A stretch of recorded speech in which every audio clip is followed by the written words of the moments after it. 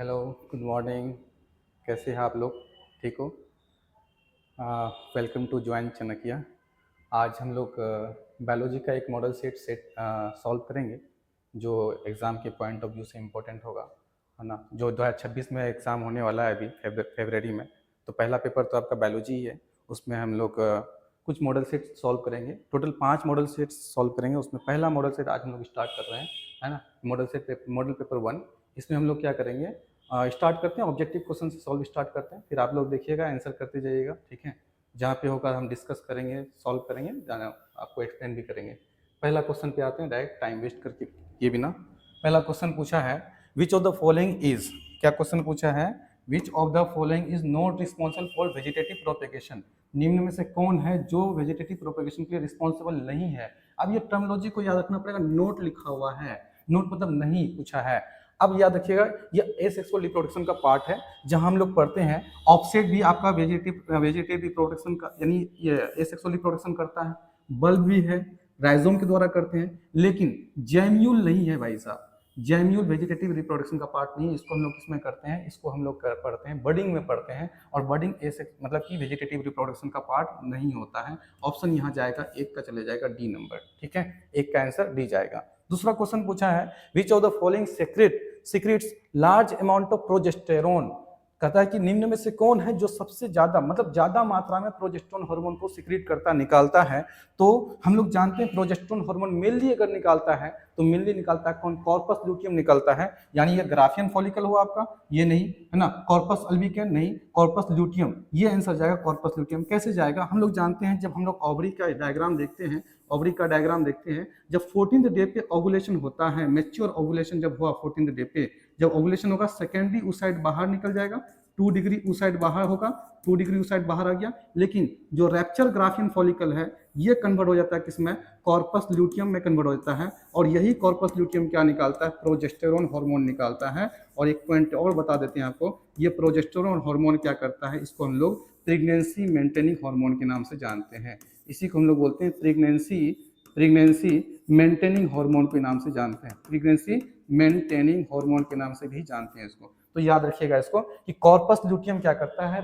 ज्यादा मतलब मात्रा में प्रोजेस्टेरोन हार्मोन सीक्रेट करता है। तो 2 का आंसर आपका डी सी नंबर जाएगा। अगला 3rd नंबर क्वेश्चन देखिएगा, which of the following statement is incorrect.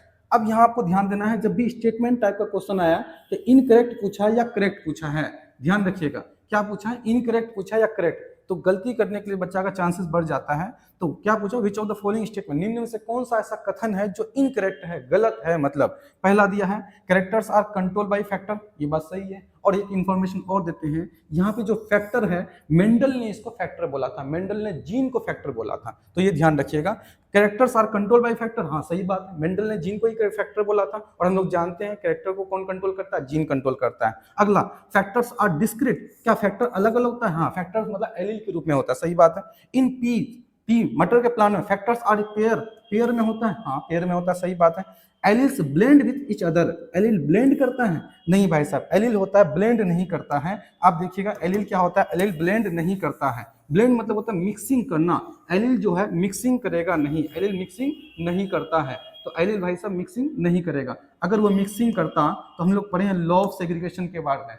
Law of segregation में देखे थे कि अगर F1 जनरेशन में कैपिटल टी स्मॉल टी होता है मोनोहाइब्रिड क्रॉस का F1 जनरेशन में कैपिटल टी स्मॉल टी, जैसे मान लेते हैं कैपिटल टी और कैपिटल टी स्मॉल टी। और जब ये होगा तो क्या होगा? फर्टिलाइजेशन होगा, तो फर्स्ट बेबी जो बनेगा F1 जनरेशन, इसका जीनोटाइप जो होगा कैपिटल टी स्मॉल टी। लेकिन जब इसका जो गैमिट होगा, 2 गैमिट होगा, एक होगा कैपिटल टी और दूसरा होगा क्या आपका? स्मॉल टी होगा। तो यहाँ पे जो है ये दोनों एलिल सेपरेट हो गया एक दूसरे से अलग। कब? During the process of gamete formation, meiosis division के दौरान गैमिट्स अलग हो जाता है। यही बात तो है लॉ ऑफ सेग्रीगेशन, यानी जो एलिल होता है वो आपस में मिक्स नहीं होता है बल्कि अपना प्योरिटी को मेंटेन करता है। एक इंफॉर्मेशन और देते हैं आपको, यानी लॉ ऑफ सेग्रीगेशन को फॉलो करता है, लॉ ऑफ सेग्रीगेशन को फॉलो करता है, लॉ ऑफ सेग्रीगेशन को फॉलो करता है। और लॉ ऑफ सेग्रीगेशन को एक और नाम से जानते हैं हम लोग, law of purity of gamete, law of purity of gamete. एक इंफॉर्मेशन और मिल गया आपको, law of purity of gamete के नाम से भी जानते हैं इसको,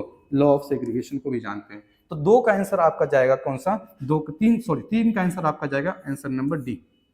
चौथा क्वेश्चन देखिए, what is the role of gene in lac operon में जीन वाई जीन का क्या काम है, क्या पूछा है, वाई जीन। हम लोग पढ़े थे लैक ऑपरेन में, जानते हैं हम लोग लैक ऑपरेन जब हम लोग पढ़ते हैं, लैक ऑपरेन में जब हम लोग पढ़ते हैं तो वहां हम लोग देखते हैं लैक ऑपरेन में देखिए क्या है कि lac Z gene, lac Y gene और लैक ए जीन। उसमें पूछा है कि वाई जीन का क्या काम होता है, तो याद रखिएगा वाई जीन का जो काम होता है, वाई जीन का काम होता है क्या, परमीएज एंजाइम को कोड करना, परमीएज एंजाइम को कोड करना, ये परमीएज एंजाइम भी। और लैक जेड जीन क्या करता है, लैक जेड जीन पढ़े थे, ये हम लोग जानते हैं। इस तरह से लैक ऑपरेन मॉडल जो फेमस है, कौन दिया था लैक ऑपरेन मॉडल बताइए, जैकोब और मोनार्ड ने दिया था। और जब हम लोग पढ़े थे lac Z gene, lac Y gene और लैक ए जीन, तो इसमें हम लोग देखे थे कि ये लैक जेड जीन क्या करता है, बीटा ग्लैक्टोसाइडेज एंजाइम का इस्तेमाल यानी निर्माण करता है, सिंथेसिस करता है। और लैक वाई जीन किसका सिंथेसिस करता है, वो परमीएज एंजाइम का सिंथेसिस करता है। तो आंसर जाएगा आपका 4 का आंसर जाएगा आपका बी नंबर। 5 का देखते हैं, 5 का, when did prehistoric cave art develop, कब किया था प्री हिस्ट्रिक केव, जो प्री हिस्ट्री में जो सबसे पहले पुराने टाइम में जो केव के अंदर, गुफा के अंदर जो आर्ट हुआ था, कब आर्ट मतलब वो कला चित्र जो बनाता था, कब वो डेवलप हुआ था, इसको याद रखिएगा डायरेक्ट, ठीक है। 5 का ए नंबर याद रखिएगा, 18,000 साल पहले लगभग। अगला क्वेश्चन देखिएगा 6 number question, which of the following blood cell is known as PMNL, कहता है कि निम्न में से कौन सा ऐसा ब्लड सेल है जिसको हम लोग पीएमएनएल के नाम से जानते हैं। पीएमएनएल का फुल फॉर्म याद रखिएगा, पॉलीमॉर्फोन्यूक्लियर ल्यूकोसाइट, पॉलीमॉर्फोन्यूक्लियर ल्यूकोसाइट। इसको किसको हम लोग जानते हैं, इसको हम लोग बोलते हैं न्यूट्रोफिल को ऐसे नाम से जानते हैं। ऑप्शन नंबर सी याद रखिएगा कि हम लोग जानते हैं डब्ल्यूबीसी कितना प्रकार का, 5 प्रकार का है ना, neutrophil, basophil, acidophil, monocyte, lymphocyte. उसमें हम लोग किसको, न्यूट्रोफिल को पीएमएनएल के नाम से जानते हैं, याद रखिएगा इसको डायरेक्ट। अगला 7 नंबर क्वेश्चन देखिएगा, 6 का आंसर हो जाएगा C number, capacity of generate a whole plant from a plant cell is called, यानी एक सिंगल सेल से, प्लांट का एक सिंगल सेल से अगर पूरा प्लांट बनाने का जो क्षमता होता है, उससे हम लोग क्या करते हैं, उस टर्मोलॉजी को बोलते हैं टोटीपोटेंसी कहते हैं। ऑप्शन नंबर सी जाएगा इसका भी आपका, ऑप्शन नंबर सी जाएगा, ध्यान रखिएगा, टोटीपोटेंसी के नाम से जानते हैं। अगला क्वेश्चन देखते हैं, अगला क्वेश्चन देखिए, अगला क्वेश्चन देखिएगा आपको ना, क्वेश्चन पूछा अगला question, which of the following, 8 number दिया, which of the following is not a cloning vector for bacteria, कहता है निम्न में से कौन है। अब यहाँ फिर सवाल पूछा, नोट, इनकरेक्ट, नोट, ये सब देखिएगा ध्यान से, नोट, निम्न में से कौन है जो क्लोनिंग वेक्टर का, बैक्टीरिया के लिए क्लोनिंग वेक्टर की तरह काम नहीं करता है। प्लाज्मिड तो करता है भाई साहब, पीबीआर भी करता है, प्लाज्मिड भी करता है, टीडीएनए भी करता है, लेकिन बैक्टीरियोफाज नहीं करता। आंसर जाएगा आपका ए नंबर, क्या, बैक्टीरियोफाज, यहाँ आंसर जाएगा कि बैक्टीरियोफाज जो क्या है वो इसकी तरह काम नहीं करेगा, क्लोनिंग वेक्टर की तरह काम नहीं करेगा। तो आंसर जाएगा आपका बैक्टीरियोफाज। अब सवाल आता है बैक्टीरियोफाज क्या है। बैक्टीरियोफाज एक प्रकार का वायरस है जो बैक्टीरिया को इन्फेक्ट करता है। The virus that infect the bacteria is known as bacteriophage, ये ध्यान रखिएगा, ठीक है। नाम से क्लियर हो रहा है, बच्चा सोच रहा है क्या बैक्टीरियोफाज मतलब बैक्टीरिया होगा, नहीं, बैक्टीरियोफाज क्या है, एक प्रकार का वायरस है, एक प्रकार क्या है, वायरस, जो क्या करता है, दैट इन्फेक्ट करता है, इन्फेक्ट करेगा किसको, infect the bacteria, infect the bacteria, bacteria को इन्फेक्ट करेगा। ऐसा वायरस जो बैक्टीरिया को इन्फेक्ट करता है उसे हम लोग बैक्टीरियोफाज कहते हैं। ऑप्शन नंबर ए जाएगा। 9 नंबर दिया question, which of the following method is used to inject the recombinant DNA into nucleus of the animal cell directly। Question पूछा है, बायोटेक्नोलॉजी से सवाल है, कहता है कि निम्न में से कौन सा मेथड का हम लोग इस्तेमाल करेंगे क्या करने के लिए, रिकॉम्बिनेंट डीएनए को एनिमल सेल के न्यूक्लियस में डायरेक्ट डालने के लिए। तो एक मेथड हम लोग पढ़े थे माइक्रो इंजेक्शन, ये डायरेक्ट क्वेश्चन है बायोटेक्नोलॉजी के चैप्टर से। अगला देखिएगा 10 number question, at which level the natural selection operate to evolve the desired traits, यानी किस लेवल पर नेचुरल सिलेक्शन होता है डिजायर ऑरेट्स को क्या करने के लिए, सिलेक्ट करने के लिए, कौन सा लेवल पे। ये भी आपको डार्विन का थ्योरी ऑफ नेचुरल सिलेक्शन पे हम लोग पढ़ाए थे आपको कि पॉपुलेशन लेवल पे, कहाँ पे होगा, पॉपुलेशन लेवल पे ऐसा देखने को मिलता है। अगला क्वेश्चन देखिए 11 नंबर, 10 का होगा आपका बी नंबर। 11 का देखिएगा, What was the reason for the coexistence of 5 closely related species of warblers, यानी कहता है क्या है कि को एग्जिस्टेंस, को मतलब एक साथ, जैसे को एजुकेशन पढ़ते हैं, को एजुकेशन एक साथ पढ़ना, बॉयज और गर्ल्स एक साथ पढ़ता है उसे हम लोग को एजुकेशन बोलते हैं। उसी तरह कहा कि एक साथ यानी अस्तित्व में रहने के लिए क्या मतलब कौन सा थ्योरी सही है इसमें, कहता है competitive exclusion principle, resources partitioning, parasitism और कमेंसलिज्म। जब एक साथ रहना है, जब ऐसा स्पीसीज जिसका जो सिमिलर हो, एक जैसा हो और उसका रिसोर्सेज भी सिमिलर हो, वो एक जगह तभी रह सकता है जब वो रिसोर्सेज का पार्टीशनिंग कर ले। जैसे एग्जांपल आपको बताया था कि गाय और बकरी आपस में तभी एक साथ रह सकता है अगर वो रिसोर्सेज का पार्टीशनिंग कर ले। अगर वो रिसोर्सेज का पार्टीशनिंग नहीं करे, जैसे रिसोर्सेज का पार्टीशनिंग क्या कर लेगा, गाय का बोला कि बड़ी बड़ी घासें हम खाएंगे, बकरी क्या करेगी, छोटी छोटी घासें खाएगी, तो यहाँ रिसोर्सेज का पार्टीशनिंग हो गया। अगर रिसोर्सेज का पार्टीशनिंग हो जाता है तभी दो स्पीसीज आपस में एक साथ रह सकता है। अगर रिसोर्सेज का पार्टीशनिंग नहीं होगा तो बीच में कंपटीशन होगा, और कंपटीशन होगा तो क्या होगा, उसमें जो मतलब इंफीरियर होगा, जो मतलब इंफीरियर, जो ताकतवर नहीं होगा, जो वीक होगा, वो वहां से एलिमिनेट कर जाएगा, उसका अस्तित्व खत्म हो जाएगा, एलिमिनेट कर जाएगा, एक्सटिंक्ट कर जाएगा। तो यहाँ पे आंसर जाएगा कि तभी रह सकता है जब रिसोर्सेज का पार्टीशनिंग होगा। ऑप्शन नंबर 11 का बी हो जाएगा। 12 का देखिएगा, which of the following is not a reason of for global warming. अच्छा क्वेश्चन है कि कहता है कि निम्न में से कौन, फिर ये पूछा है कौन नहीं है, नहीं पूछा, नोट लगा दिया। जहां नोट लगाया थोड़ा ध्यान दीजिएगा उसको। क्वेश्चन पूछा which of the following is not the reason of for global warming.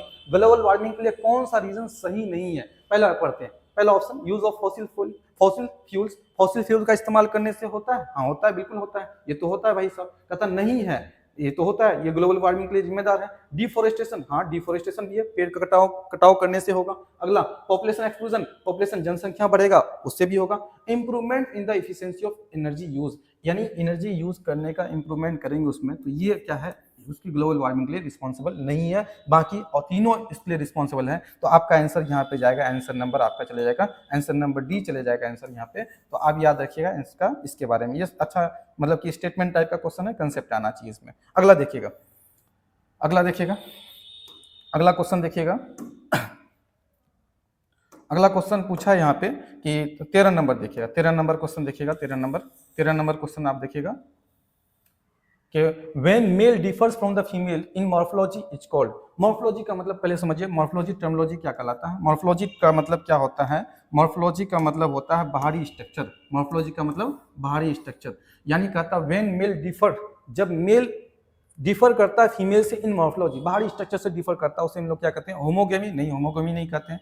Sexual dimorphism, हेट्रोगेमी, हर्माफ्रोडाइज्म, नहीं। इसका आंसर जाएगा आपका सेक्सुअल डायमॉर्फिज्म। डायमॉर्फिज्म मतलब दो यहाँ पे सेक्सुअल, मतलब मेल और फीमेल यहाँ पे बिल्कुल जहाँ पे डिस्टिंक्ट हो, जहाँ आपको बाहर से पता चले कि मेल अलग है फीमेल अलग है, उसको हम लोग बोलते हैं सेक्सुअल डायमॉर्फिज्म बोलते हैं।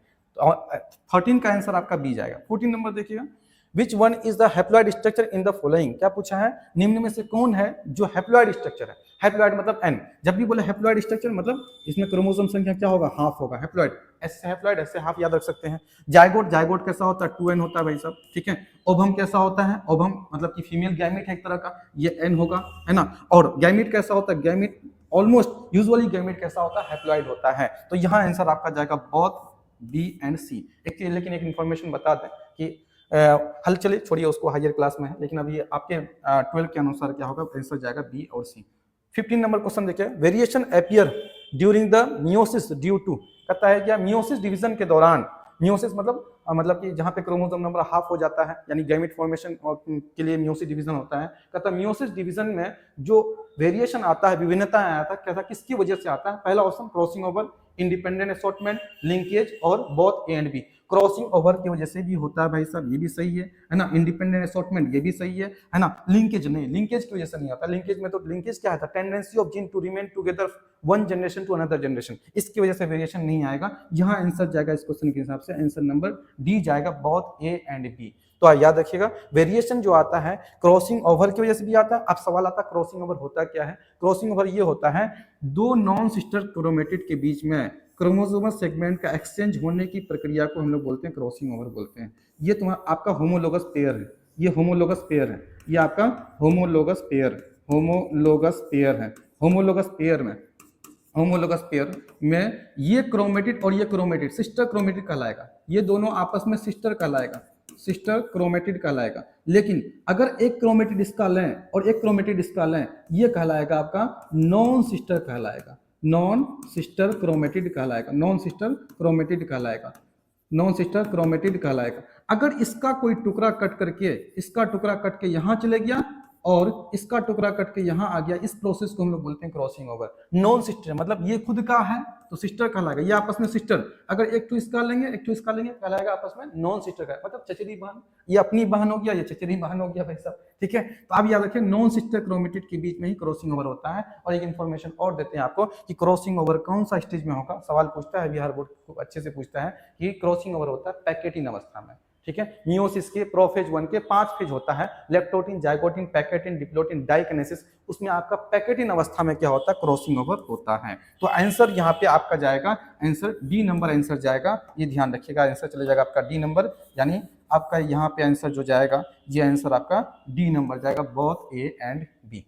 अगला देखिएगा 16 number question, memory cell are formed from, कहता है मेमोरी सेल किससे बनता है, मेमोरी सेल मोनोसाइट से, लिम्फोसाइट से, इस्नोफिल है ना, न्यूट्रोफिल, यह आंसर जाएगा आप कौन सा, लिम्फोसाइट से क्या बनता है, मेमोरी सेल बनता है। लिम्फोसाइट भी दो प्रकार का पढ़े हम लोग, क्या टी लिम्फोसाइट और बी लिम्फोसाइट, और टी लिम्फोसाइट भी अलग अलग प्रकार का होता है, T helper cell, T killer cell, T suppressor cell, T memory cell. उसमें जो होता है बी लिम्फोसाइट होता है, बी लिम्फोसाइट एंटीबॉडी बनाता है। लिम्फोसाइट भी दो प्रकार का, एक होता है आपका टी लिम्फोसाइट और एक होता है क्या आपका बी लिम्फोसाइट, एक होता है बी लिम्फोसाइट होता है। जो आपका बी लिम्फोसाइट होता है, एक इन्फॉर्मेशन और याद रखिएगा, बी लिम्फोसाइट ही क्या करता है आपका एंटीबॉडी बनाता है, एंटीबॉडी बनाने में मदद करता है, ये मदद करता है और ये खुद बनाता है, ठीक है। तो लिम्फोसाइट यहाँ पे आंसर जाएगा आपका 16 नंबर क्वेश्चन का। अगला देखते हैं, नेक्स्ट स्लाइड में देखते हैं अगला क्वेश्चन।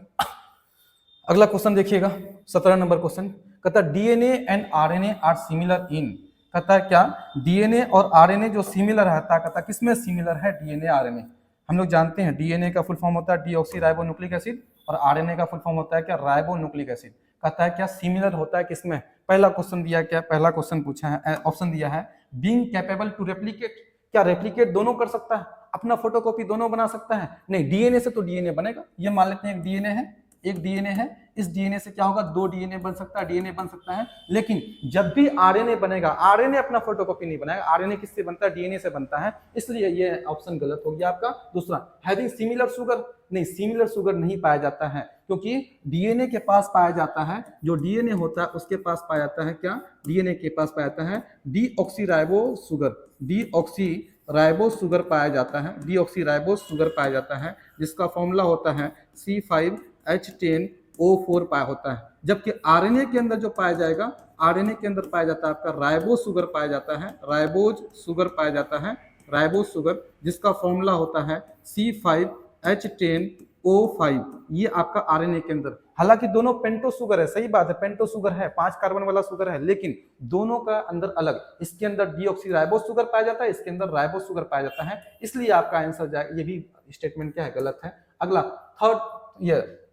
थर्ड देखते हैं, अच्छा ये स्टेटमेंट गलत है, थर्ड देखते हैं, थर्ड नंबर को थर्ड स्टेटमेंट देखते हैं, थर्ड में क्या कहता है, थर्ड कहता है आपका, थर्ड नंबर स्टेटमेंट कहता है क्या, बीइंग पॉलीमर ऑफ न्यूक्लियोटाइड, क्या न्यूक्लियोटाइड का पॉलीमर होता है, हाँ ये बात सही है, न्यूक्लियोटाइड का पॉलीमर होता है भाई साहब। कैसे, क्योंकि आप सवाल आता है न्यूक्लियोटाइड होता क्या है, हम लोग जानते हैं न्यूक्लियोटाइड किसको कहते हैं, न्यूक्लियोटाइड बोलते हैं किसको, है ना, न्यूक्लियोटाइड किसको बोलते हैं,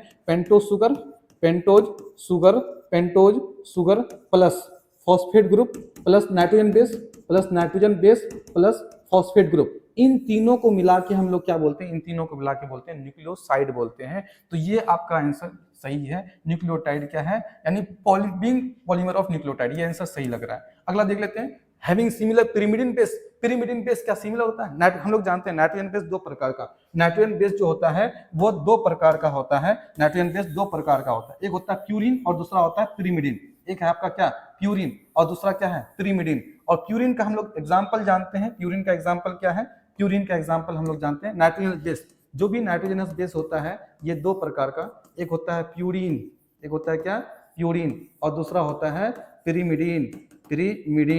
पिरिमिडिन होता है। और प्यूरिन का एग्जांपल हम लोग जानते हैं एडेनिन और ग्वानिन, जबकि पिरिमिडिन का एग्जांपल जब थायमिन, साइटोसिन है ना, यूरासिल। अब पूछा क्या है, क्या सिमिलर पिरिमिडिन बेस होता है, हम लोग जानते हैं डीएनए के अंदर जो पाया जाता है, डीएनए के अंदर जो नाइट्रोजन बेस पाया जाता है कौन कौन, एडेनिन पाया जाता है, ग्वानिन पाया जाता है, साइटोसिन, थायमिन, जबकि आरएनए के अंदर जो नाइट्रोजन बेस पाया जाएगा कौन कौन पाया जाएगा, एडेनिन होगा है ना, ग्वानिन होगा, साइटोसिन होगा, थायमिन के जगह पे यूरासिल होगा भाई साहब। अब बताइए यहाँ पे यूरासिल है, डीएनए के आरएनए के अंदर यूरासिल, जबकि डीएनए के अंदर क्या पाया जाता है, साइटोसिन यानी थायमिन पाया जाता है। तो ये भी स्टेटमेंट आपका क्या हो गया, गलत हो गया। तो आंसर जाएगा यहाँ पे सी नंबर।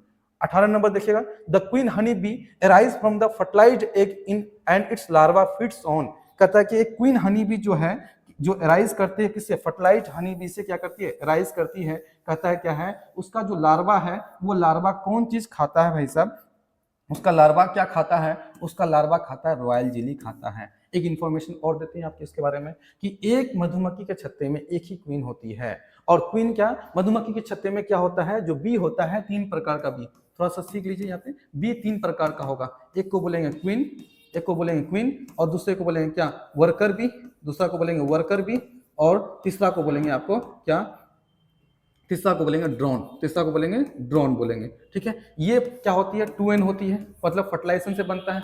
वर्कर भी 2n होता है, फर्टिलाइजेशन से बनता है। और ये ड्रोन जो होता है वो मतलब पार्थेनोजेनेसिस प्रोसेस से बनता है। ये आपका होता है एनहेप्लॉइड होता है इसके अंदर। और ये क्या होता है आपका, ये आपका मतलब क्या, फर्टाइल होती है, ये होती है आपका फर्टाइल, क्वीन फर्टाइल। और जबकि वर्कर भी कैसा होती है, वर्कर भी स्टाइल होती है, वर्कर भी स्टाइल होगी। और आपका जो ड्रोन होगा वो ड्रोन कैसा होगा, ड्रोन आपका कैसा होगा, ड्रोन आपका फर्टाइल होता है। तो 3 इंफॉर्मेशन मिल गया यहाँ पे आपको कि एक मधुमक्खी के छत्ते में 3 पाया जाता है, 3 प्रकार का भी होगा, क्वीन होगी है ना, वर्कर भी होगी, और आपका क्या है, ड्रोन होगा। ड्रोन कैसा होता है, फर्टाइल होता है। वर्कर भी कैसा होता है, स्टाइल होती है। और जब ये फीमेल है, वर्कर भी फीमेल स्टाइल होती है। क्वीन क्या है, फीमेल है ना, फर्टाइल होती है। जबकि इन तीनों में हैप्लॉइड कौन है, ड्रोन हैप्लॉइड है। ये ध्यान रखिएगा, इन्फॉर्मेशन दे दी है आपको। तो जो क्वीन होती है वो अपने लार्वा को क्या खिलाती है, लार्वा को रॉयल जेली खिलाती है। भाई साहब क्वीन है तो जाहिर सी बात है, राजा खानदान से बिलोंग करती है, तो जाहिर सी बात है क्या खिलाएगी, रॉयल जेली खिलाएगी भाई साहब। ठीक है, आंसर जाएगा सी नंबर। अगला देखिएगा, herbi 9 number question, 19 sorry, herbicide resistant gene in plants is. कहता है कि हर्बिसाइड जो रेसिस्टेंट जीन होगा प्लांट के अंदर, ये डायरेक्ट ऑब्जेक्टिव क्वेश्चन है, ऑप्शन नंबर जाएगा आपका डी नंबर, जीएसटी। अगला देखिएगा, इन सबमर्ज प्लांट जो पानी के अंदर एक्वेटिक होता है, स्टोमाटा लाई इन। कहता है कि स्टोमाटा जो प्लांट कहाँ होता है, पानी के अंदर होता है। कहता है कि उसके अंदर जो स्टोमाटा होगा, स्टोमाटा कहाँ प्रेजेंट होगा, पत्ता के ऊपर वाला सतह में या नीचे वाला सतह में। ध्यान रखिएगा, पत्ता के ऊपरी सतह में स्टोमाटा पाया जाता है। कहाँ पे, जो प्लांट क्या होता है, सबमर्ज होगा। इसका आंसर आपका जाएगा upper surface, option number B जाएगा। ठीक है, अगला क्वेश्चन देखिएगा, अगला question, which of 21 number, which of the following is not producer. कहता है निम्न में से कौन है जो प्रोड्यूसर नहीं है। अच्छा क्वेश्चन है भी, लेकिन बच्चा को फंसता है यहाँ पे। अब बच्चा सोचता है क्या है, बच्चा ये सोचता है कि 12 का, हालांकि 11 से संबंधित बातें हैं। जैसे पहला ऑप्शन दिया है कि एग्रीकस, एग्रीकस आपको याद रखना है कि एग्रीकस आखिर है क्या।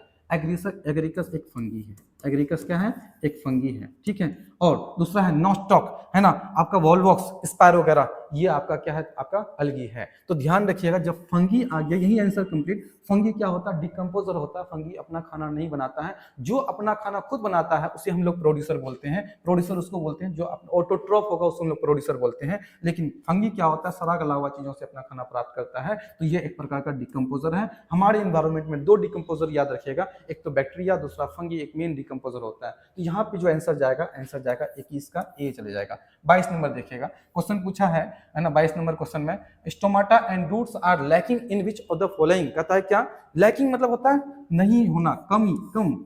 कहाँ पे नहीं होगा, एब्सेंट, लैक मतलब यहाँ पे एब्सेंट होगा। कहता है कि stomata and roots are lacking in which of the following. कहता है स्टोमाटा और क्या आपका रूट एब्सेंट होता है, किस प्लांट में एब्सेंट होगा, ड्रेसिनिया है ना, मार्सिलिया है ना, मार्सिलिया, हाइड्रिला और इकोर्निया। याद रखिएगा, यहाँ पे हाइड्रिला के अंदर क्या होता है, आपका स्टोमाटा भी नहीं पाया जाता है, और यहाँ पे आपका रूट भी नहीं पाया जाएगा।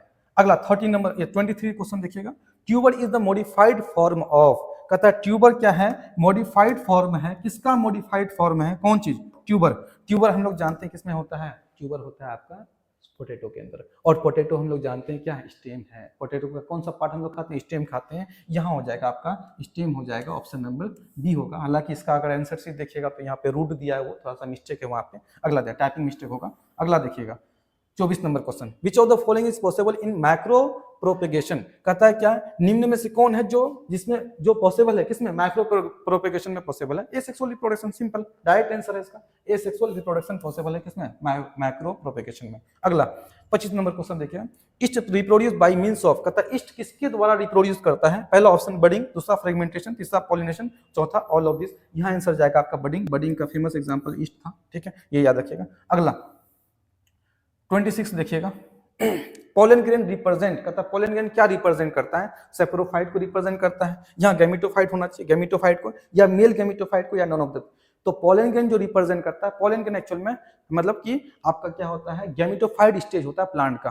प्लांट का गैमेटो, प्लांट में दो स्टेज पाया जाता है, एक होता है सेप्रोफाइट और एक होता है स्पोरोफाइट, सॉरी एक होता है स्पोरोफाइट और दूसरा आपका होता है गैमेटोफाइट। प्लांट के अंदर जो होता है पोलन ग्रेन, जो हैप्लॉइड फेज होता है उसको हम लोग बोलते हैं गैमेटोफाइट स्टेज। तो प्लांट के अंदर जो पोलन ग्रेन होता है, pollen grain male gametophyte stage को क्या करता है, रिप्रेजेंट करता है। अगला क्वेश्चन देखिएगा 27 है ना, amphibian among the plants belong to, कहता है कि एम्फीबियन प्लांट के अंदर किसको हम लोग प्लांट का एम्फीबिया कहा जाता है, एम्फीबियन कहा जाता है। जैसे एम्फीबियन मतलब जो प्लांट पानी और जमीन दोनों जगह पे रहता है उसे हम लोग क्या बोलते हैं, एम्फीबियन बोलते हैं। और जैसे हम लोग का मेंढक है, फ्रॉक है, वो एम्फीबिया का एग्जांपल है। तो प्लांट में कोई ऐसा प्लांट है जो जहाँ जो जिसको अपना लाइफ साइकिल कंप्लीट करने के लिए सॉइल में भी रहता है और वो मतलब जमीन पे भी रहता है और पानी की भी जरूरत पड़ती है। हाँ एक है जिसका नाम है ब्रायोफाइट्स। याद रखिए डायरेक्ट क्वेश्चन पूछेगा। ब्रायोफाइट्स को प्लांट किंगडम का एम्फीबिया कहा जाता है। और टेरिडोफाइट को क्या कहता है, रेप्टाइल्स कहा जाता है। किसको, प्लांट किंगडम का। हालांकि यहाँ नहीं है तभी बताते हैं आपको। टेरिडोफाइट्स को क्या कहा जाता है, टेरिडोफाइट्स को प्लांट किंगडम का रेप्टाइल्स कहा जाता है। अगला देखिएगा 28 नंबर देखिएगा, 28 नंबर क्वेश्चन देखिएगा, 28 नंबर क्वेश्चन है ना, क्वेश्चन नंबर 28 देखिएगा। क्वेश्चन पूछा है ना, क्वेश्चन पूछा है 28 में, how many chromosome are present in endosperm. हालांकि ये कंट्रोवर्शियल टाइप का क्वेश्चन है। अब यहाँ सिंपल देखिएगा, क्वेश्चन पूछा हाउ मेनी, क्या क्वेश्चन पूछा है, हाउ मेनी, कितना क्रोमोसोम प्रेजेंट होगा एंडोस्पर्म में। अब ये सवाल, अब यहाँ देखिए आंसर, चलिए इसको हम यहाँ करते हैं, सॉल्व करते हैं। यहाँ पे देखिए, जब भी एंडोस्पर्म बोला, एंडोस्पर्म हम लोग जो जानते हैं 12 क्लास में पढ़ते हैं, एंडोस्पर्म किसका कैसा होता है, 3n होता है। कैसा होता है एंडोस्पर्म, एंडोस्पर्म 3n। कहाँ पे, लेकिन एंजियोस्पर्म का, एंजियोस्पर्म, एंजियोस्पर्म का जो एंडोस्पर्म होता है, एंजियोस्पर्म के अंदर जो एंडोस्पर्म होता है वो 3n होता है, ट्रिप्लॉइड होता है। लेकिन एंडोस्पर्म आपका जिम्नोस्पर्म में भी पाया जाता है, जिम्नोस्पर्म में भी एंडोस्पर्म पाया जाता है। और जिम्नोस्पर्म जो प्लांट होता है उसके अंदर जो होता है वो कैसा होता है, एन होता है, उसके अंदर एन होता है। मतलब यहाँ पे हैप्लॉइड होगा और यहाँ पे ट्रिप्लॉइड होगा। तो नॉर्मली इंडोस्पर्म ट्रिप्लॉइड, लेकिन यहाँ पे अभी इंडिकेट नहीं किया है भाई साहब कि भाई साहब इंडोस्पर्म किसका, इंडोस्पर्म किसका, बताओ चौमो से बताओ ना जी क्या होगा। इंडोस्पर्म इंडिकेट किया है, इंडिकेट नहीं किया है कि जिम्नो यानी एंजियोस्पर्म का बताना है कि जिम्नोस्पर्म का बताना है, नहीं किया इंडिकेट। अब अगर यहाँ आंसर दोनों है, n और 2n और 3n तीनों, अब यहाँ ऑप्शन दिया बोथ a एंड c, दोनों आंसर दिया, ए भी सही बात है, सी भी सही बात है, तो यहाँ आंसर जाएगा आपका बोथ ए एंड सी। यहाँ पे थोड़ा सा ये कंसेप्ट वाला क्वेश्चन है। अगर मान लेते हैं यहाँ पे both A and C option नहीं रहता, तब किसको टिक करते हैं, तब टिक करते हैं। अगर बोथ नहीं रहेगा तब टिक करेंगे हम लोग किसको, 3n को तब टिक करेंगे, यानी ट्रिप्लॉइड होगा। ठीक है, अगला देखिएगा, अगला क्वेश्चन देखिएगा, अगला क्वेश्चन, क्वेश्चन नंबर 29 में देखिएगा। क्वेश्चन नंबर 29 में क्वेश्चन पूछा है, aryl is the edible part of, कहता है एरिल किसका एडिबल पार्ट है, Annona, Apple, orange, all of this. यहाँ आंसर जाएगा एनोना। और एक एग्जांपल और याद रखिएगा, लीची भी इसका एग्जांपल आएगा, लीची भी इसका एग्जांपल आएगा। लीची का भी पार्ट, कौन सा पार्ट खाते हैं हम लोग, एरिल वाला पार्ट एडिबल होता है। एडिबल मतलब खाने योग्य, किसको हम खाते हैं, खाने योग्य। ठीक है, तो एनोना आंसर जाएगा यहाँ पे। ठीक है, लीची भी आ जाएगा उसमें। ठीक है, अगला देखिए 30 number question, which one is the hydrophytic plant, निम्न में से कौन है जो हाइड्रोफाइटिक प्लांट है। हाइड्रो मतलब पानी, हाइड्रोफाइटिक प्लांट मतलब ऐसा प्लांट जो पानी के अंदर ग्रो करता है उसे हम लोग हाइड्रोफाइटिक प्लांट बोलते हैं। ऑप्शन है पहला ट्रापा, ओपेंसिया है ना, डलबेगिया और एकेसिया। तो आंसर आपका जाएगा ट्रापा। ट्रापा जिसे हम लोग बोलते हैं पानी फूल सिंघारा, नाम सुना, ए चोमो नाम सुना कि नहीं सुना बताओ। ट्रापा, ट्रापा पानी फल सिंघारा, पानी फल सिंघारा जो मार्केट में जितना बिकता है जी, ठीक है, उसी को हम लोग बोलते हैं क्या, ट्रापा बोलते हैं। 30 का हो जाएगा आपका ट्रापा, ए नंबर। अगला question 31, what is the number of chromosome present the human gametes. बच्चा वाला क्वेश्चन है, कहता है ह्यूमन गैमेट्स के अंदर क्रोमोसोम संख्या कितना होगा, 21, 23, 44, 46। तो सब बच्चे को पता है गैमेट्स के अंदर कितना होता है, गैमेट हैप्लॉइड होता है और हैप्लॉइड में क्रोमोसोम संख्या क्या होता है, हाफ होता है। इंसान के अंदर क्रोमोसोम संख्या कितना होता है, 46 होता है। और 46 मतलब इंसान कैसा होता है, डिप्लॉइड होता है, 2n होता है। और जब क्या होगा, मियोसिस होगा, गैमेट बनेगा, मियोसिस होगा, जब गैमेट बनाया क्रोमोसोम संख्या क्या हो जाएगा, क्रोमोसोम संख्या हाफ हो जाएगा, मतलब n हो जाएगा। तो कैसा होगा भाई साहब, n 46 का आधा कितना हो जाएगा, 23 हो जाएगा। आंसर जाएगा का बी नंबर। ठीक है, 31 का बी। अगला देखिएगा, अगला देखिएगा 32 नंबर क्वेश्चन देखिएगा। अगला नंबर 32 नंबर क्वेश्चन देखिएगा भाई साहब। 32 नंबर क्वेश्चन देखिए। 32 नंबर देखिएगा 32 नंबर क्वेश्चन कि ग्राफियन फॉलिकल अकर इन, ये तो आसान सा क्वेश्चन, बहुत आसान सा, कि ग्राफियन फॉलिकल कहाँ पाया जाता है? ग्राफियन फॉलिकल ओवरी के अंदर पाया जाता है, लेकिन ओवरी किसमें यहाँ पे दिया है? ह्यूमन थ्राइड, थ्राइड ग्लैंड में नहीं, बिल्कुल नहीं। ह्यूमन फीमेल्स ओवरी, सही बात है, लेकिन रैबिट टेस्टिस में नहीं पाया जाता। ऑप्शन जाएगा आपका बी नंबर, कि ह्यूमन का फीमेल्स ओवरी में पाया जाता है। कौन सा आपका? यानी ग्राफियन फॉलिकल। ग्राफियन फॉलिकल वही जो फॉलिकल का डेवलपमेंट होता है, 1 degree follicle, 2 degree follicle, 3 degree follicle, फिर ग्राफियन फॉलिकल, मैच्योर फॉलिकल। वही क्या होगा 14th डे पे क्या होगा? रैप्चर करेगा, सेकंड ड्यू साइड बाहर निकलेगा, और जो रैप्चर पार्ट है वो अभी कॉर्पस लुटियम जस्ट बताए थे, पहला उधर क्वेश्चन था, जहाँ पे कॉर्पस लुटियम में कन्वर्ट होगा और कॉर्पस लुटियम प्रोजेस्टेरोन हार्मोन को सीक्रेट करता है। अगला क्वेश्चन 33 देखिएगा। व्हाट इज सहेली? सहेली क्या है? पढ़े थे हम लोग कहाँ पे? रिप्रोडक्टिव हेल्थ वाला चैप्टर में सहेली के बारे में। एक प्रकार का oral pills for pregnancy, non steroidal pill, सही बात है, नॉन स्टेरॉइडल पिल है। Oral contraceptive for female, for human female, ये भी बात सही है, और ऑप्शन है both B and C, answer जाएगा आपका both B and C. Non steroidal pill है और ओरल कंट्रासेप्टिव पिल है फॉर ह्यूमन फीमेल, मेल के नहीं, मेल के लिए एक ही टेबलेट तो बताया था आपको, मेल के लिए गॉसिपॉल, जो कि फेल हो गया। क्यों? चाइना वाला जो बनाया था, क्योंकि गॉसिपॉल नाम का जो टेबलेट था वो कॉटन के सीड से बनाया जा रहा था, और जब कोई इसको मेल ले रहा था उसका स्पर्मेटोजेनेसिस परमानेंटली ब्लॉक हो रहा था, इसलिए गवर्नमेंट ने क्या किया, उसको बैन कर दिया। ठीक है, तो आंसर जाएगा आपका बी नंबर। अगला देखिएगा, the term genetics was proposed by, कहता है जेनेटिक्स टर्म कौन दिया था? तो जेनेटिक्स टर्म कौन दिया था? Mendel, Morgan, Bateson. बेटसन दिया था, सिंपल। और जॉनसन जो था, एक इन्फॉर्मेशन और देते हैं, जॉनसन आपका किसका टर्म दिया था? जॉनसन आपका टर्म दिया था, जीन टर्म दिया था। सवाल पूछेगा कभी, जीन टर्म कौन दिया था? जॉनसन दिया था। मॉर्गन को हम लोग, अच्छा, मेंडल को फादर ऑफ जेनेटिक्स कहते हैं, मॉर्गन को टीएच मॉर्गन, मॉर्गन को हम लोग फादर ऑफ एक्सपेरिमेंटल जेनेटिक्स कहते हैं। बहुत सारा क्या किया प्लांट पे, ड्रोसोफिला इसका फेमस इंसेक्ट था, जिसपे वो एक्सपेरिमेंट बहुत ज्यादा किया था टीएच मॉर्गन साहब, और इसको फादर ऑफ एक्सपेरिमेंटल जेनेटिक्स के नाम से भी जानते हैं। 34 का आपका हो जाएगा, 34 का बी नंबर हो जाएगा, 34 का आंसर जाएगा आपका बी नंबर। अगला देखिएगा, अगला देखिए, अगला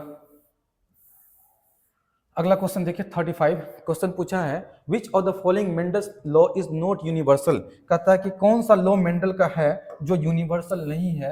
कौन सा मेंडल का लॉ है जो यूनिवर्सल नहीं है भाई साहब? यूनिवर्सल मतलब जो हर जगह अप्लीकेबल हो। लॉ ऑफ डोमिनेंस अप्लीकेबल है, लॉ ऑफ सेग्रीगेशन ये भी अप्लीकेबल है, लॉ ऑफ इंडिपेंडेंट असॉर्टमेंट है ना, कहता अप्लीकेबल नहीं है। कहाँ पे अप्लीकेबल नहीं होता है? ये अप्लीकेबल नहीं होता। कहाँ पे अप्लीकेबल नहीं होता है? ये अप्लीकेबल कहाँ नहीं होता है?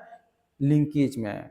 लिंकेज में क्या होता है? दो जीन आपस में एक साथ रहने का टेंडेंसी को ही क्या कहते हैं? लिंकेज कहते हैं। लिंकेज में लॉ ऑफ इंडिपेंडेंट मतलब कि असॉर्टमेंट अप्लीकेबल नहीं होगा। तो यहाँ आंसर जो जाएगा आपका, यहाँ पे जो आंसर जाएगा आपका सी नंबर। कहता है नोट है, ध्यान रखिएगा, नोट है मतलब नहीं है। कौन? यूनिवर्सल नहीं है। तो लिंकेज में तो है, ये फेल तो हो गया। लिखा है एक्सेप्शन में आपको, लिंकेज में, कंप्लीट लिंकेज में, complete linkage law of independent assortment, complete linkage law of independent assortment को फॉलो नहीं करता है। तो आंसर जाएगा आपका सी नंबर, आंसर जाएगा यहाँ पे। तो याद रखिएगा सी नंबर इसका, ठीक है, सी नंबर। अगला देखिएगा, क्वेश्चन पूछा अगला 34 नंबर देखिएगा, how many characters were studied by Mendel. Mendel कितना कैरेक्टर को स्टडी किया? बच्चा वाला क्वेश्चन है, 7 कैरेक्टर है ना, 10th में पढ़े होंगे आपको, ठीक है। अगला 37, बैक्टीरिया हैज, बैक्टीरिया के पास क्या होगा? Plasmid DNA, RNA, both A and B and none of this. तो आपका दोनों होगा। प्लाज्मिड डीएनए होता है, देखिएगा, याद कीजिएगा, बैक्टीरिया का जब स्ट्रक्चर हम लोग देखते हैं, बैक्टीरिया में सबसे बाहर में क्या होता है? सेल वॉल नहीं, सेल वॉल नहीं होता। क्या होता है? ग्लाइकोकैलिक्स होता है। क्या होता है बैक्टीरिया का सबसे बाहर में? सबसे बाहर में होगा क्या? ग्लाइकोकैलिक्स। सबसे पहले होगा ग्लाइकोकैलिक्स, उसके बाद होगा सेल वॉल, उसके बाद होगा अंदर में क्या? Cell membrane. और हम लोग जानते हैं बैक्टीरिया का जो सेल मेम्ब्रेन है, बैक्टीरिया के अंदर एक क्या होता है? इसका जेनेटिक मेटेरियल होता है। ये जो जेनेटिक मेटेरियल है बैक्टीरिया का, उसको हम लोग बोलते हैं न्यूक्लियोइड बोलते हैं। क्या बोलते हैं उसको?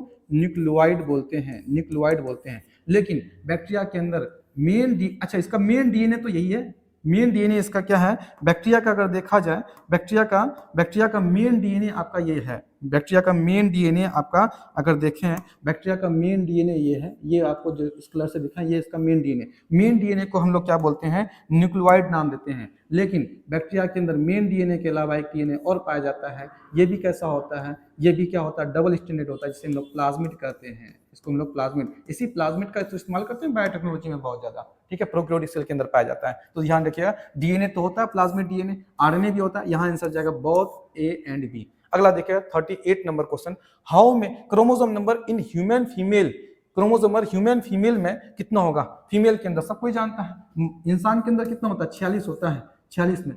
अगर हम मेल की बात करें, मेल के अंदर क्या होगा, 44 प्लस एक्स वाई होता है मेल के अंदर। और फीमेल के अंदर कितना होता है, फीमेल की अगर बात करें, फीमेल के अंदर कितना होगा, फीमेल के अंदर 44 प्लस एक्स एक्स होता है। अच्छा, ये 44 क्रोमोसोम मेल और फीमेल दोनों में सेम होता है। जो क्रोमोसोम मेल और फीमेल में सेम होता है 44, उसको हम लोग ऑटोजोम के नाम से जानते हैं। और लास्ट क्रोमोसोम को सेक्स क्रोमोसोम कहते हैं। तो लास्ट में मेल में सेक्स क्रोमोसोम एक्स वाई होता है, जबकि फीमेल में सेक्स क्रोमोसोम क्या होता है, एक्स एक्स होता है। तो यहाँ आंसर जाएगा क्या, कि फीमेल के बारे में पूछा है, फीमेल में क्या होता है, एक्स एक्स होता है, तो ऑप्शन नंबर ए जाएगा 44 प्लस एक्स एक्स।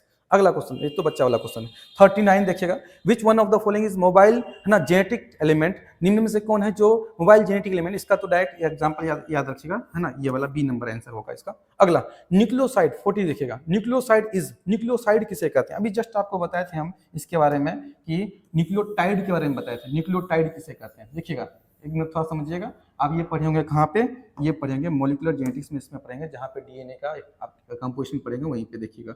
न्यूक्लियोटाइड किसको बोलते हैं, न्यूक्लियोटाइड बोलते हैं किसको, न्यूक्लियोटाइड किसको कहते हैं, न्यूक्लियोटाइड, न्यूक्लियोटाइड किसको बोलेंगे, न्यूक्लियोटाइड बोलेंगे, है ना, शुगर, यानी कौन सा sugar, pentose sugar, sugar plus nitrogenous base plus phosphate group, phosphate group को, ये तीनों को मिला के हम लोग क्या बोलते हैं, तीनों को मिला के बोलते हैं न्यूक्लियोटाइड। अगर इसमें से हम फॉस्फेट ग्रुप माइनस कर दें तो उसको जो मेरे पास जो बचेगा उसको हम बोलेंगे न्यूक्लियोसाइड बोलेंगे। तो न्यूक्लियोसाइड के अंदर कौन कौन आएगा, शुगर आएगा, कौन सा शुगर, मतलब पेंटो शुगर, हम यहाँ लिख नहीं रहे, चलिए देखते हैं, पेंटो शुगर प्लस नाइट्रोजनस बेस, इसको मिला के हम लोग क्या बोलते हैं, न्यूक्लियोसाइड कहते हैं। तो कहता है क्या है कि न्यूक्लियोसाइड क्या है, तो आप बता सकते हैं, आंसर वहां से कर सकते हैं, क्या होगा, sugar plus nitrogenous base, sugar plus nitrogenous base, सही बात है। शुगर प्लस फॉस्फेट नहीं, तो नाइट्रोजनस बेस प्लस फॉस्फेट नहीं, नन ऑफ दिस नहीं, तो आंसर जाएगा आपका ए नंबर जाएगा, शुगर प्लस नाइट्रोजनस बेस। अगला देखिएगा 41 देखिएगा, 41 देखिएगा, which of the nitrogenous base is not present in RNA, ये तो बच्चा को पता है, निम्न में से कौन है जो आरएनए के अंदर नहीं पाया जाता, कौन सा नाइट्रोजनस बेस। आरएनए का कंपोजिशन अगर पूछें, देखिए एक मिनट, आरएनए का कंपोजिशन, आरएनए के अंदर क्या क्या पाया जाएगा, आरएनए कौन कौन चीज से बना हुआ है, राइबोज शुगर से बना होगा, क्या क्या होगा, राइबोज शुगर होगा आरएनए के अंदर। और क्या होगा, और क्या होगा आपका, और होगा इसमें आपका फॉस्फेट ग्रुप, क्या होगा, फॉस्फेट होगा, क्या होगा, फॉस्फेट। और तीसरा क्या होगा, तीसरा होगा आपका नाइट्रोजनस बेस होगा। और नाइट्रोजनस बेस में कौन कौन नाइट्रोजनस बेस होगा, एडेनिन होगा, गुआनिन होगा, साइटोसिन होगा, और कहता है थायमिन होगा, थायमिन नहीं, यूरासिल होगा, क्या होगा, आरएनए है ना, आरएनए के अंदर क्या होगा, यूरासिल होगा, थायमिन यूरासिल, ठीक है। तो अब यहाँ पूछा है क्या है कि नोट प्रेजेंट आरएनए, आरएनए के अंदर कौन नहीं होगा, भाई साहब साइटोसिन तो है यहाँ पे, एडेनिन भी है, गुआनिन भी है, थायमिन नहीं होगा, तो आंसर क्या जाएगा, ए नंबर, नोट है यहाँ पे पूछा, नोट, ध्यान रखिएगा इस क्वेश्चन को, ठीक है। तो आंसर क्या जाएगा आपका, आंसर जाएगा आपका कि ये थायमिन नहीं पाया जाता है, थायमिन की जगह पे क्या होता है, यूरासिल होता है। अगला क्वेश्चन 42 देखिएगा, what is the scientific name of the modern man, modern man का साइंटिफिक नेम सबको पता है, होमो सेपियंस, ठीक है, ऑप्शन नंबर डी।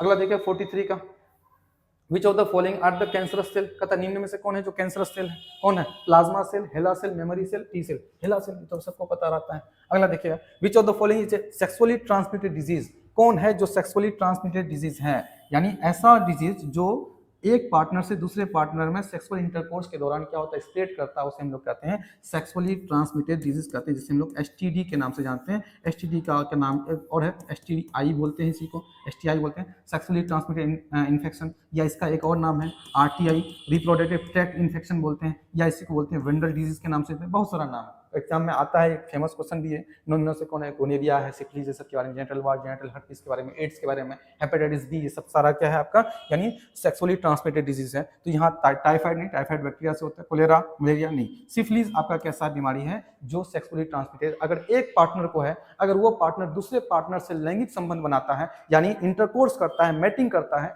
तो क्या होगा, उसका मतलब बीमारी उसके अंदर ट्रांसफर होने की संभावना रहता है, वो ट्रांसफर होता है, उसे हम बोलते हैं एसटीडी बोलते हैं। अगला क्वेश्चन 45, ये तो बहुत आसान सा है, Widal test is done to confirm, किसके लिए करते हैं, टाइफाइड, बच्चा वाला क्वेश्चन है, किसके लिए करते हैं, टाइफाइड के लिए क्या करते हैं लोग, विडाल टेस्ट करते हैं। 46 देखिएगा, which of the following not a viral disease, कहता है इनमें से कौन है जो वायरल डिजीज नहीं है, वायरल नहीं है, ये ध्यान रखिएगा, नहीं पूछा है बार बार, एकदम जोश में होश नहीं खो देना भाई साहब। मम्स वायरल डिजीज है, इन्फ्लुएंजा भी है, मीजल्स भी है, डिप्थेरिया नहीं है भाई साहब। तो आंसर जाएगा आपका डिप्थेरिया यहाँ पे, ऑप्शन नंबर सी आंसर जाएगा यहाँ पे, ऑप्शन नंबर सी आपका आंसर जाएगा। डिप्थेरिया क्या वायरल डिजीज है ना, नहीं है। डिप्थेरिया क्या है, डिप्थेरिया वायरल डिजीज नहीं है। अगला हम लोग बात करते हैं, अगला देखिएगा, अगला नंबर 47 देखिएगा, 47 नंबर देखिएगा। 47 ऑन्कोजीन रिस्पॉन्सिबल। ऑन्कोजीन किसके लिए, हम बताए थे आपको हर इंसान के पास जीन होता है कैंसर का जीन, लेकिन वो इनएक्टिव फॉर्म में होता है। जब वो एक्टिव हो जाता है तो कैंसर यानी uncontrol mitosis abnormal division, uncontrol excessive abnormal mitosis division is called cancer, उसको हम लोग कैंसर बोले थे। तो यहाँ पे ऑन्कोजीन किसके लिए जिम्मेदार है, यानी आपका कैंसर के लिए जिम्मेदार है। ऑन्कोलॉजी, ऑन्कोलॉजी बताए थे, study of cancer is called oncology. और कैंसर की किसकी वजह से कैंसर होता है उसे हम लोग क्या बोलते हैं, कार्सिनोजेन के नाम से जानते हैं।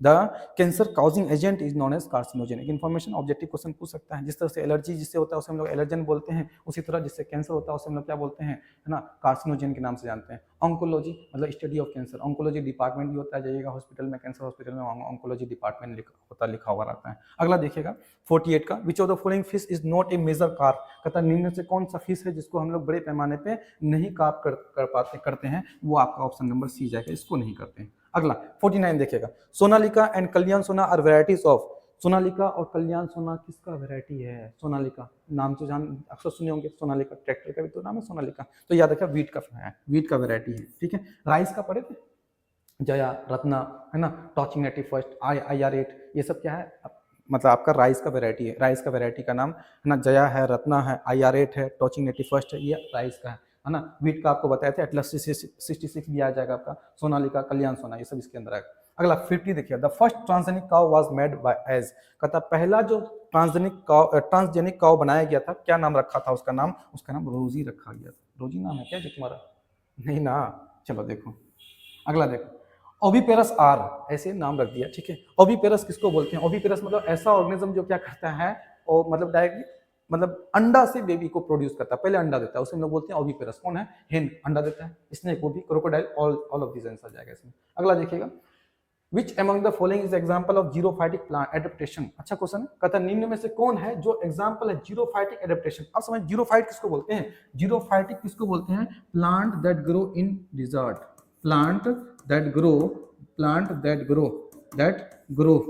That grow in desert. ऐसा प्लांट जो डिजर्ट में ग्रो करता है उसे हम लोग क्या बोलते हैं, जीरोफाइट प्लांट बोलते हैं। वो कौन सा एडेप्टेशन कौन दिखाता, कौन सा प्लांट है, ओपिनसिया दिखाता है। ओपिनसिया के अंदर क्या होता है, जीरोफाइटिक एडेप्टेशन होता है। क्या क्या एडेप्टेशन है वहां पे, क्या होगा, उसका स्टेम क्या करेगा, फोटोसिंथेसिस करेगा। जो भी जीरोफाइटिक प्लांट है, जैसे एग्जांपल कैक्टस देखिएगा, कैक्टस में क्या होता है, उसका पत्ता कन्वर्ट हो जाता है किसमें, उसका पत्ता कन्वर्ट हो जाएगा, उसका पत्ता कन्वर्ट हो जाएगा किसमें, उसका पत्ता कांटा में कन्वर्ट हो जाएगा, थॉर्न में, इस टाइप से। और जो उसका स्टेम होता है वो हरा होता है, और ये स्टेम है, यही स्टेम हरा है, और ये इसकी क्या करेगा, फोटोसिंथेसिस का काम करेगा।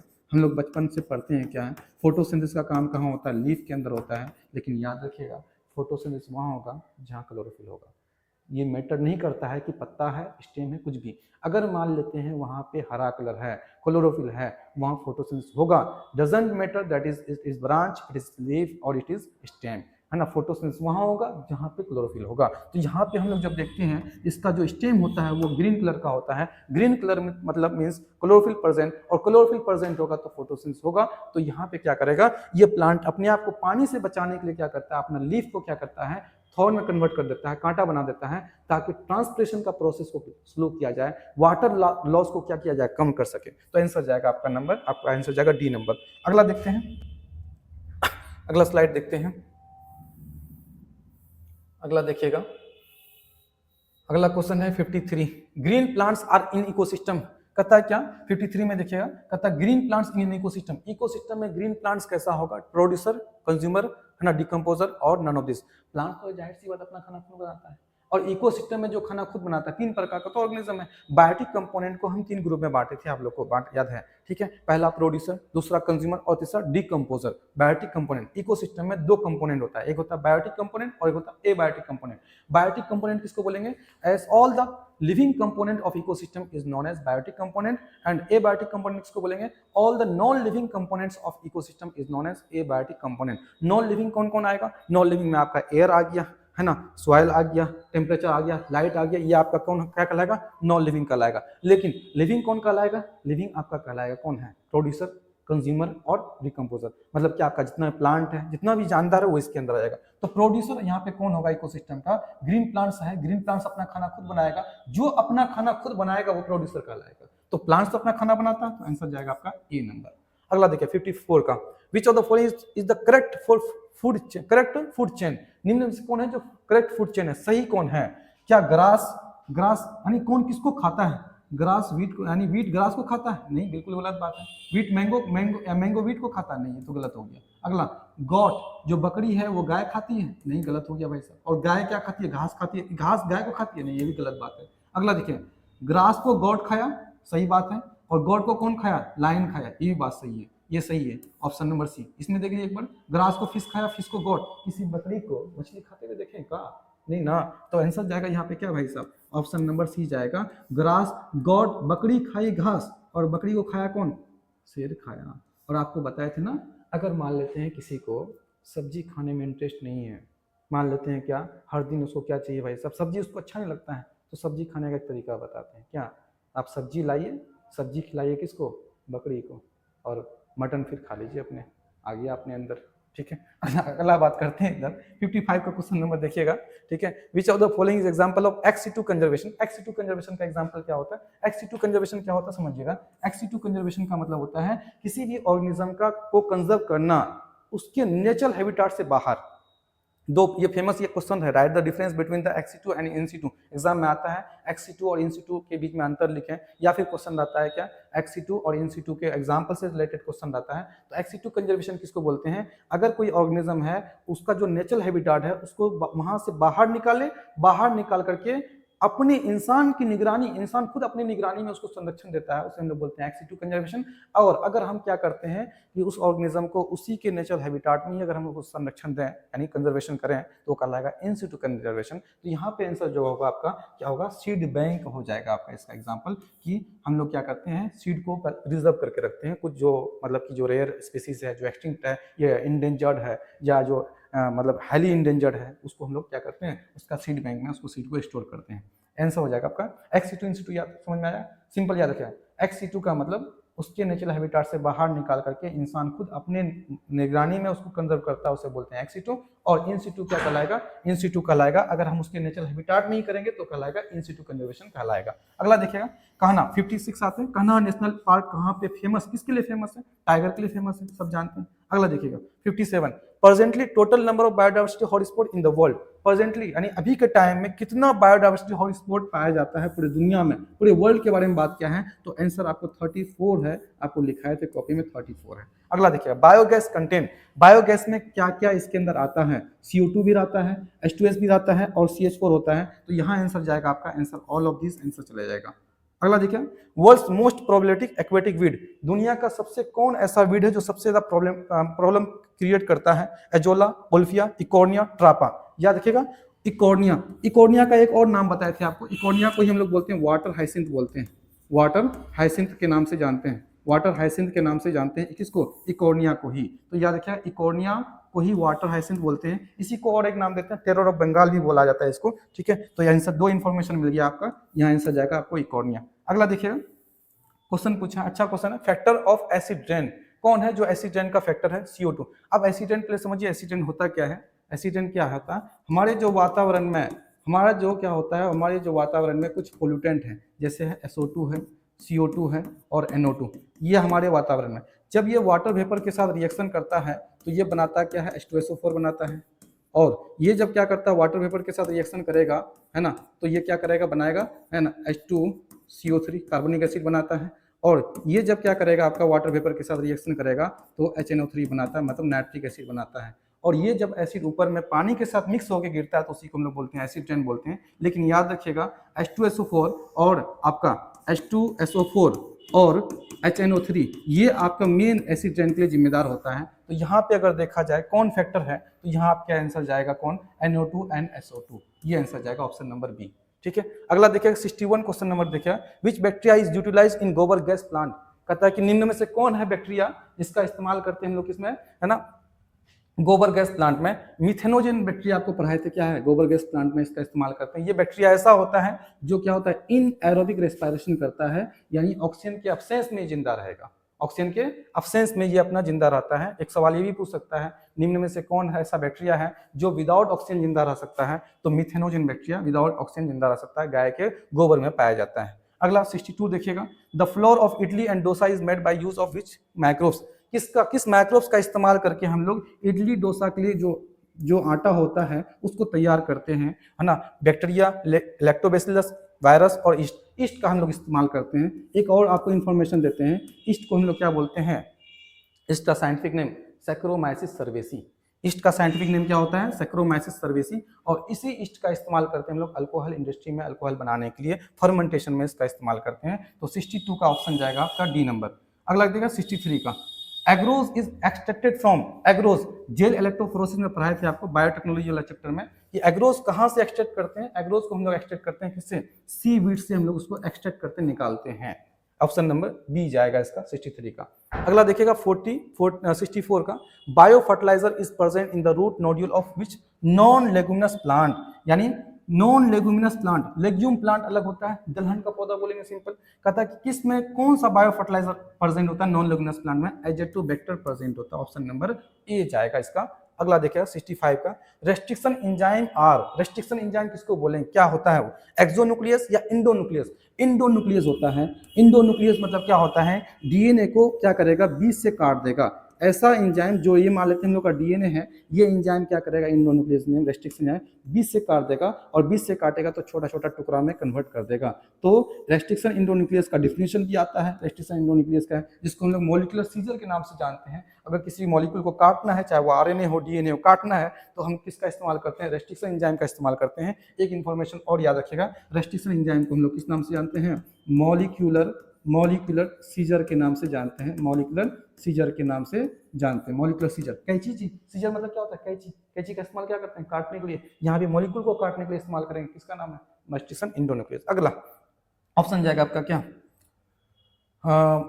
ये अगला सेम क्वेश्चन तो पूछा, restriction enzyme are known as molecular scissor, देखिए अभी तुरंत पूछा है ना, क्या हो जाएगा, मॉलिक्यूलर सीजर के नाम से जानते हैं। अगला 67 का देखिएगा, GAATTC is the recognised site for the trans restriction, किस रेस्ट्रिक्शन इंडोन्यूक्लियस एंजाइम के लिए GAATTC एक क्या है आपका रिकॉग्नाइजेशन साइट है, EcoRI फर्स्ट के लिए, ये एक तरह का प्लेंड्रोमिक साइट है, प्लेंड्रोम की बताए थे आपको, ऐसा सीक्वेंस जो दोनों तरफ से सेम पढ़ा जाता है उसको हम लोग क्या बोलते हैं, प्लेंड्रोम बोलते हैं। तो GAATTC एक रिकॉग्नाइजेशन साइट है, यानी EcoRI जो कट करेगा एक फिक्स साइट पे कट करता है, डीएनए का हर जगह जहां तहां कट नहीं करता है, एक पॉइंट पे कट करता है, जिस पॉइंट पे कट करता है उसे हम लोग बोलते हैं क्या है, पैलिंड्रोमिक सीक्वेंस बोलते हैं। जैसे हम लोग बांस काटते हैं तो बांस को अगर उसका क्या करना है, छोटा छोटा पीस बनाना है तो वहां काटते हैं जहां उसका पोर है, ऐसा नहीं कि बीच में काटते हैं, बीच में काटते हैं खराब हो जाता है, लेकिन पोर के पास काटते हैं ताकि दोनों तरफ यूज हो सके। वैसे एंजाइम जो कट करता है वो पैलिंड्रोमिक सीक्वेंस में कट करेगा, और ये पैलिंड्रोमिक सीक्वेंस जो है EcoRI के लिए क्या होता है, GAATTC, याद रखिएगा इसका, तो ऑप्शन नंबर सी जाएगा। अगला देखिए, बी जाएगा, Which of the following is not used as a biofertilizer? निम्न में कौन है जिसको बायोफर्टिलाइजर किस तरह इस्तेमाल नहीं करते हैं, बैसिलस thuringiensis, भाई साहब इसका इस्तेमाल करते हैं हम लोग, बीटी कॉटन, बीटी नाम सुना, बीटी कॉटन में, बीटी कॉटन फेमस क्वेश्चन है ना, इंसेक्टिसाइड, इंसेक्ट रेजिस्टेंट प्लांट के लिए बनाने के लिए ऐसा किए थे बीटी कॉटन, बेसिलर, इसका हम लोग बायोफर्टिलाइजर की तरह इस्तेमाल नहीं करते हैं, एनाबिना करते हैं, नॉस्टॉप करते हैं, नाइजोबियम करते हैं, आंसर डायरेक्ट ए जाएगा, इसका इस्तेमाल करते हैं इंसेक्ट रेजिस्टेंट प्लांट बनाने के लिए, ठीक है। अगला, which type of the bonding is present between the nitrogenous base of the nucleic acid, nucleic acid दो होता है, न्यूक्लिक एसिड कौन होगा, न्यूक्लिक एसिड हमारे पास जो है दो है, कौन कौन है, DNA और दूसरा कौन है, RNA, DNA और RNA को ही हम लोग क्या बोलते हैं, न्यूक्लिक एसिड कहते हैं। और कहता क्या, किस प्रकार का बॉन्ड प्रेजेंट है नाइट्रोजनस बेस, यानी आपका जो पढ़े थे अभी जस्ट बताए थे, एडेनिन ग्वानिन ये सब के बारे में बताए थे, एडेनिन ग्वानिन थाइमिन है ना, साइटोसिन, और बताए थे G हमेशा C के साथ जुड़ेगा ट्रिपल हाइड्रोजन बॉन्ड से, और A हमेशा T के साथ जुड़ेगा डबल हाइड्रोजन बॉन्ड से। तो ये कौन सा बॉन्ड पूछा, ये बॉन्ड कौन सा है, ये बॉन्ड आपका H बॉन्ड है, मतलब हाइड्रोजन बॉन्ड है। तो यहाँ आंसर जाएगा कौन सा आपका, हाइड्रोजन बॉन्ड होगा। अगला देखिएगा, ट्रांसजेनिक माइस में be used for testing of, transgenic mice का इस्तेमाल करते हैं किसको टेस्ट करने के लिए, the safety of vaccine, efficiency of fertiliser, doses of antibiotic, all of this. नहीं भाई साहब, फर्टिलाइजर को हम माइस में क्यों डालें भाई साहब, माइस में फर्टिलाइजर को क्यों डालें, फर्टिलाइजर तो प्लांट के लिए इस्तेमाल करते हैं ना, माइस में क्यों डालें? तो यहाँ पे क्या होगा, the safety of vaccine, vaccine का सेफ्टी के लिए हम लोग क्या करते हैं, यानी मतलब टेस्टिंग के लिए ट्रांसजेनिक माइस का इस्तेमाल करते हैं।